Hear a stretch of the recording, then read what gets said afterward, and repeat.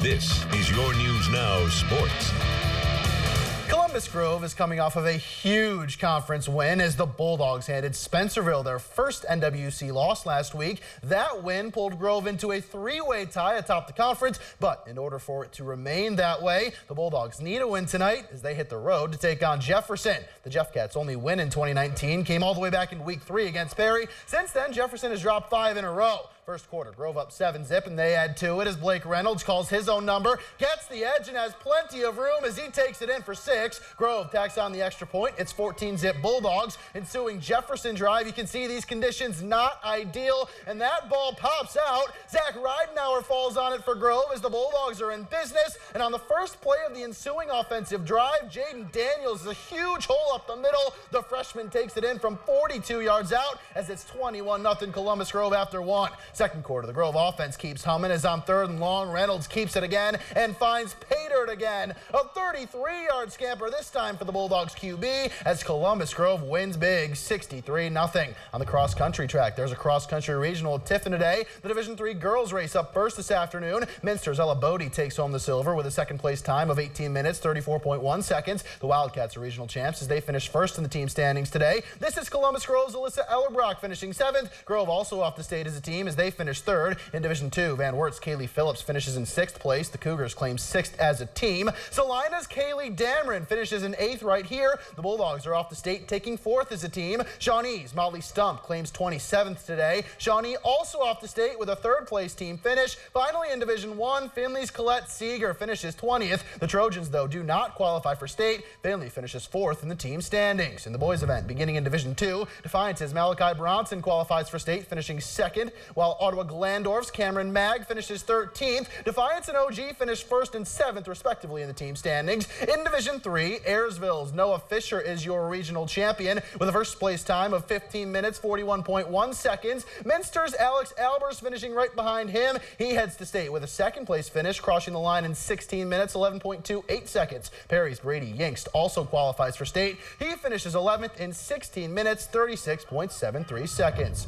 To the pitch now as there's the Division III boys soccer district final in Tiffin tonight. Bluffton goes head-to-head with Riverdale. Scoring would be at a premium this evening as in the second half, Riverdale's Ethan Shane makes the stop for the Falcons to keep things scoreless through regulation, so we head to overtime. Just under 7 minutes into the extra period, Matt Dawes taking the set piece for the Pirates, and he's going for goal. It slips underneath the keeper and finds its way across the goal line. That is your game winner as Bluffton wins in overtime 1-0. They will play Fairview Park Fairview in regionals on Wednesday. Division III boys soccer district finals at Kalida today. The host Wildcats play for a 10th district title with PCL foe Ottoville standing in the way. 5th minute, Drew First finds Gabe Hovest who fires upper 90. Quickly, Kalida grabs a 1-0 lead. 26th minute now, Ottoville has a corner kick as they look for the equalizer. It's headed on goal, but Braden Recker is there to make the stop. The senior keeps it a 1-0 game. First minute of the second half now. Joe Miller trying to make something happen for the Big Green, but Recker is always there. He keeps a clean sheet this afternoon, leading Kalida to a 1-0 victory. The Wildcats will play top-ranked Ottawa Hills in the regional semifinals on Wednesday. The Lady Wildcats also in a district final tonight, meeting Spencerville in Ottoville. Kalida's up 1-0 in the 18th minute, but Kelsey Schaefer buries a penalty kick for Spencerville. That knocks the game at a goal per side, and that score stays on the board into double overtime. Bearcats with a corner kick. The ball bounces around. Sydney Lamar's shot is stopped by Bailey White, and then she has to be ready to corral Emma Leese's rebound attempt. We play on, but only for one more minute. Lease to Schaefer for the game winner. Spencerville takes it 2-1 in double OT.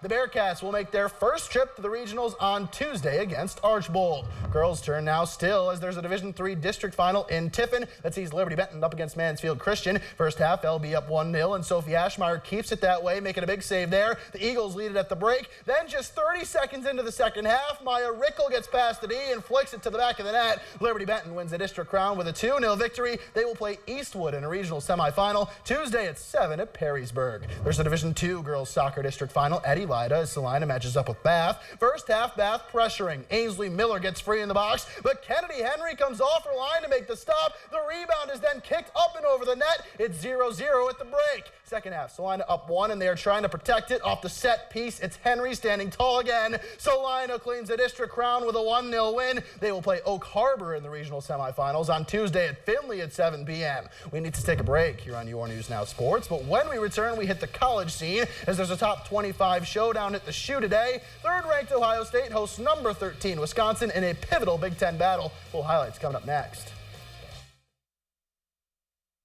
A huge matchup at the Shoe this afternoon as the undefeated third-ranked Ohio State Buckeyes face their biggest test of the season, playing host to the 13th-ranked Wisconsin Badgers in what is a massive top 25 showdown. To Ohio Stadium we go. The rain didn't stop Buckeyes fans from filling up the Shoe today. Late first half, just 3-zip OSU before Justin Fields delivers a strike to Chris Olave for the touchdown. A 27-yard hookup has the Buckeyes up 10 at the half. Third quarter, it's back to a 3-point game when Fields calls his own number and finds pay dirt. 3 total touchdowns on the day for Fields. Later in the quarter, same score when J.K. Dobbins gets the call, and he busts his way up the middle for another Ohio State touchdown. It's 24-7, and then the defense would go to work. 4th and 8 for the Badgers, and here comes Chase Young as he gets the strip sack. 4 sacks, 5 TFLs for Young today. Ohio State rolls 38-7. And other local college football scores from this afternoon at the Division II level. Finley's 4-game win streak comes to an end as the Oilers fall on the road today, 24-19